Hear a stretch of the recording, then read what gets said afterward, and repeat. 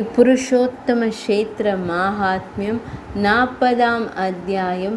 நிருசிம்மமூர்த்தியின் தவறான மூடுதல் விழா. குறிப்பு: இந்த விழா மார்கசீர்ஷ மாதமான மார்கழி மாதத்தின் பிரகாசமான பாதியில் 6வது நாளில் நடைபெறுகிறது.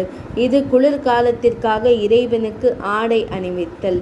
ஜைமினி முனிவர் கூறினார்: மார்கசீர்ஷ மாதத்தின் பிரகாசமான பாதியில் 6வது நாளில் பக்தியுடன் பிரபராணோத்சவத்தை இறைவனை மூடும் விழாவினை கொண்டாடுவதன் மூலமாகவோ அல்லது காண்பதன் மூலமாகவோ ஒருவர் ஸ்ரீ மகாவிஷ்ணுவின் உலகத்தை அடைவார். முனிவர்களே, அதற்கான நடைமுறையை இப்போது நான் விவரிக்கிறேன். அதை கேளுங்கள். புனித சடங்குகளை நன்கு அறிந்த ஒரு பக்தர் 5ஆம் நாள் இரவில் துணியின் ஆரம்ப பிரதிஷ்டையை செய்ய வேண்டும். அவர் இறைவனுக்கு முன்னால் உள்ள மண்டபத்தில் 8 இதழ்களை கொண்ட தாமரை வடிவத்தை உருவாக்க வேண்டும். அவர் பல்வேறு திசைகளில் உள்ள அறைகளின் பாதுகாவலர்களை வணங்க வேண்டும். அவர் வரைபடத்திற்கு வெளியே 4 திசைகளிலும் க்ஷேத்திரபாலர், கணாதிபர், சண்ட மற்றும் பிரசண்டரை வணங்க வேண்டும். அவர் பானையை நடுவில் வைத்து துணியிலிருந்து தண்ணீரை அதன் மீது தெளிக்க வேண்டும். அவர் மந்திரம் துதா நஸ்த்வா போன்றவற்றை தைத்திரிய சம்ஹிதையில் உள்ள மந்திரத்தை ஓதி தெய்வீக துணியால் மூட வேண்டும். அதன் நடுவில் அவர் ஸ்ரீ வைஷ்ணவ மந்திரத்தை மீண்டும் முக்கியம் கூற வேண்டும். 21 எண்ணிக்கையிலான நன்கு புகைப்பிடித்த துணிகளை வைக்க வேண்டும். மற்றொரு துணியால் அதை கவனமாக மூட வேண்டும். அதை தொட்டு புருஷோத்தமரை நினைவு கூர்ந்து அவர் இந்த மந்திரத்தை ஓத வேண்டும். ஸ்ரீ மகாவிஷ்ணு உலகங்களை தனது ஒளியால் மூடும் மாறாத இறைவன். துணியே அவனை நீ அணிந்திருக்கிறாய். நீ பிரபஞ்சத்தின் இறைவனின் வாசஸ்தலத்தில் தங்குவாய்.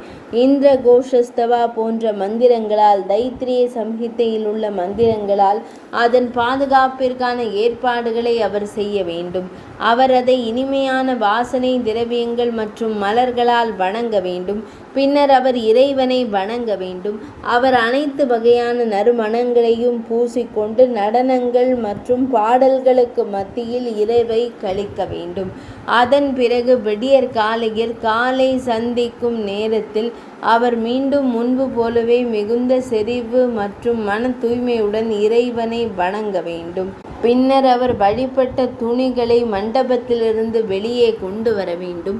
வெளியே எடுக்கப்படும் போது அவை பருத்தி அல்லது பட்டு துணி போர்வையில் அதே மூடப்பட்ட நிலையில் இருக்க வேண்டும்.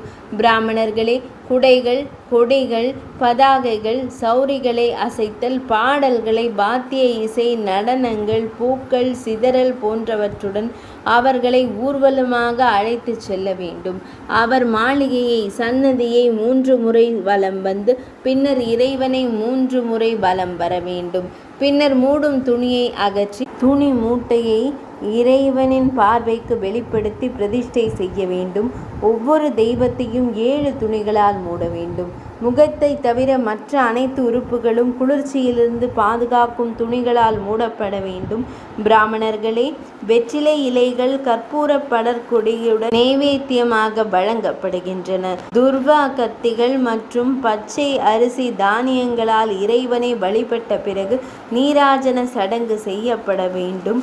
குளிர்காலம் வரும்போது நிருசிம்மத்தை சிறந்த துணிகளால் மூடுபவர்கள் மற்றும் மூடும் பண்டிகையை காண்பவர்கள் ஒருபோதும் மாயையால் மூடப்பட மாட்டார்கள்.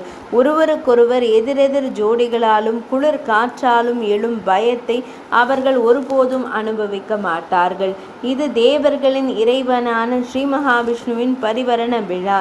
இதை பக்தியுடன் காண்பவர்கள் அனைத்து ஆசைகளையும் அடைவார்கள்.